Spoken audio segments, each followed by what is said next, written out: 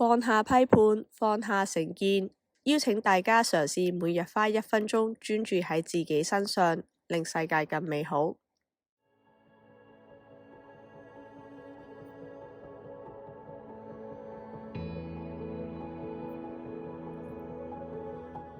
Hello， 大家好，歡迎收聽靜心1分鐘，我係主持 Tanya。其實之前嗰4集做嗰個方式呢，都係比較前面功夫係比較做得多啲嘅。點解咁講呢？因為本身我自己就唔係一個好識講嘢或者表達嘅人啦，再加埋就係我都好怕係咁重複，跟住又要咦我咁樣，咁變相之前嗰4集啦，我就可能會用文字打咗一個草稿先，咁就再執啦，執完之後先至再一次過錄，咁所以聽上去嗰個方式呢就好似好 smooth 啦，因為都有修剪啊嘛。點解我會想今次用一個咁隨性嘅方式去錄呢一集呢？其實都有一個小插曲嘅。咁事緣啦，我屋企最近就大廈外牆裝修，咁就咁啱裝修到去我呢邊嗰啲單位。咁其實今個禮拜已經係第3個禮拜啦。前排我仲揾緊工啦，咁嗰種即係冇返工嘅狀態，咁你基本上冇嘢做都會想留喺屋企。一來諗住可以節省下開支啦，二來就係我本身都係比較 I 嘅人啦，我都中意留喺屋企做下自己中意嘅嘢啊，我又中意有一個獨處嘅空間。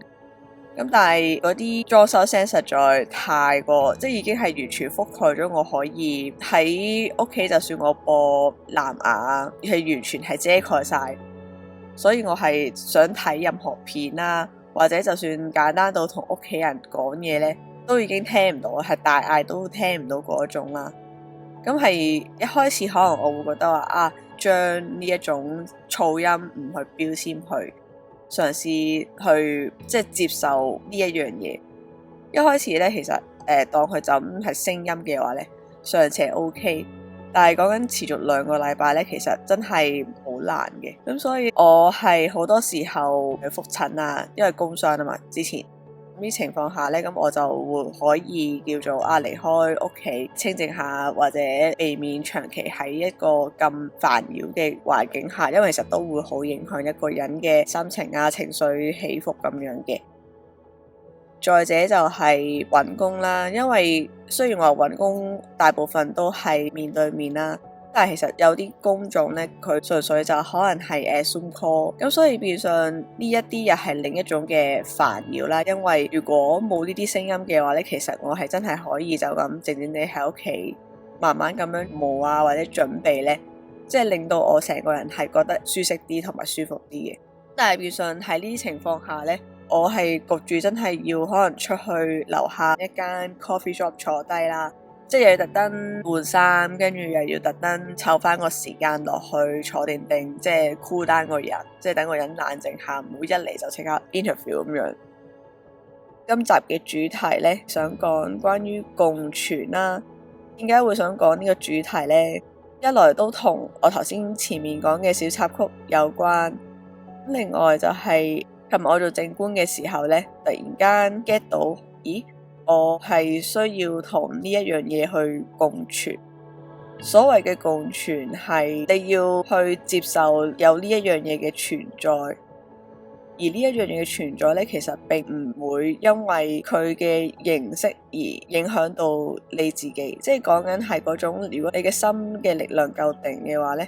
就算前面可能係好大嘅事情發生緊呢，其實都唔會咁容易影響到你嘅一啲情緒起伏啦。就係呢一啲裝修嘅聲音，跟住再加埋靜觀，突然間令我明白到其實好多嘢你係冇辦法避免，但係同時間你亦都要明白佢唔會永遠存在噶嘛。咁所以其實佢嗰個狀態係會轉變同埋改變緊。只不過係中間呢一段時間就要慢慢去學識接受呢一樣嘢啦，同埋都係要去訓練翻自己嗰個心定嘅力量。我覺得呢樣嘢都好緊要，因為講緊除咗可能環境上面嘅因素啦，咁有一啲可能譬如人際關係啊，呢一啲嘢其實即係可以有選擇，但係同時間如果喺冇選擇嘅情況下，就喺中間慢慢去學識我可以點樣去調整自己嘅心態之餘，同時間可以同呢一啲我一開始覺得令我唔舒服或者我唔中意嘅嘢去共存。我覺得其實所有人都需要去學習同埋去調整嘅，即係都講翻啦，嗰個意識 awareness， 你有冇呢？有冇足夠嘅覺察？咁如果冇嘅話呢，其實真係好容易會因為一啲咁樣嘅事啦或者人啦受影響到，係可以足足令到你係壓抑你自己情緒全日啦，甚至乎可能你身體已經反應緊出嚟，但係你 miss 咗啊，即係完全係忽略咗呢啲信號，係完全覺得我冇嘢啊。即係其實呢個都係一個好大嘅弊病咯。今集我就係想 share 一個咁樣嘅 concept 啦。咁所以呢一集同以往嗰4集嗰個 flow 咧，其實係好唔同。都希望大家聽完可以俾翻啲 feedback 我啦，睇下大家會比較中意用翻我之前嗰個 flow 多啲啊，定係覺得其實我呢個比較隨性嘅 flow 其實都帶到你唔同嘅得着啊，或者諗法。咁今集我哋就 share 到呢一度。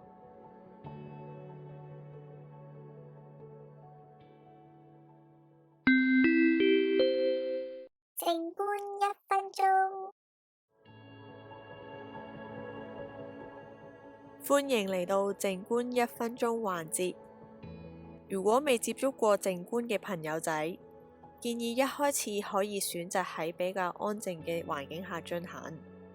透過靜觀，我哋會有意識咁將專注力放喺觀察自己嘅呼吸上。一開始你可能會覺得呼吸好凌亂啦、急促又或者唔暢順嘅。當你靜落嚟嘅時候，你會感受到呼吸嘅唔同狀態。呢段時間，你嘅腦袋會不斷出現好多零碎嘅思緒，企圖阻止你靜落嚟。我哋可以想象自己面對一條高速公路，而每個思緒就好似一架又一架嘅車喺你面前經過。我哋只需要覺察佢哋嘅存在，再讓佢哋默默地經過，慢慢將專注力放返落呼吸。陣間你會喺開頭同尾段聽到一下鐘聲，分別代表開始同埋完結。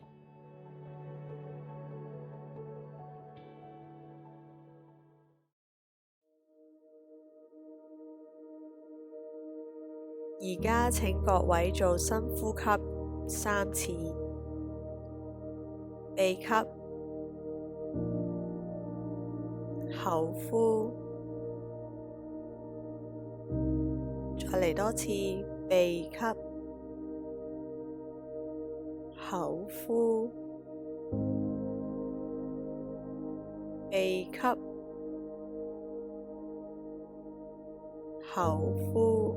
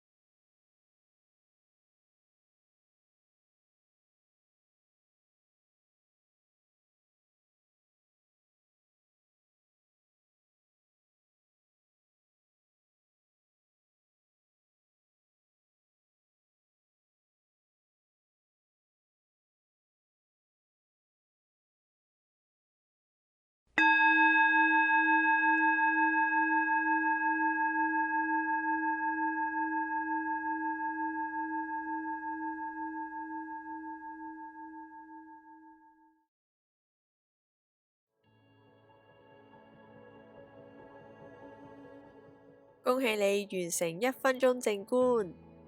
希望呢1分鐘能夠為你帶嚟平靜、快樂、自在。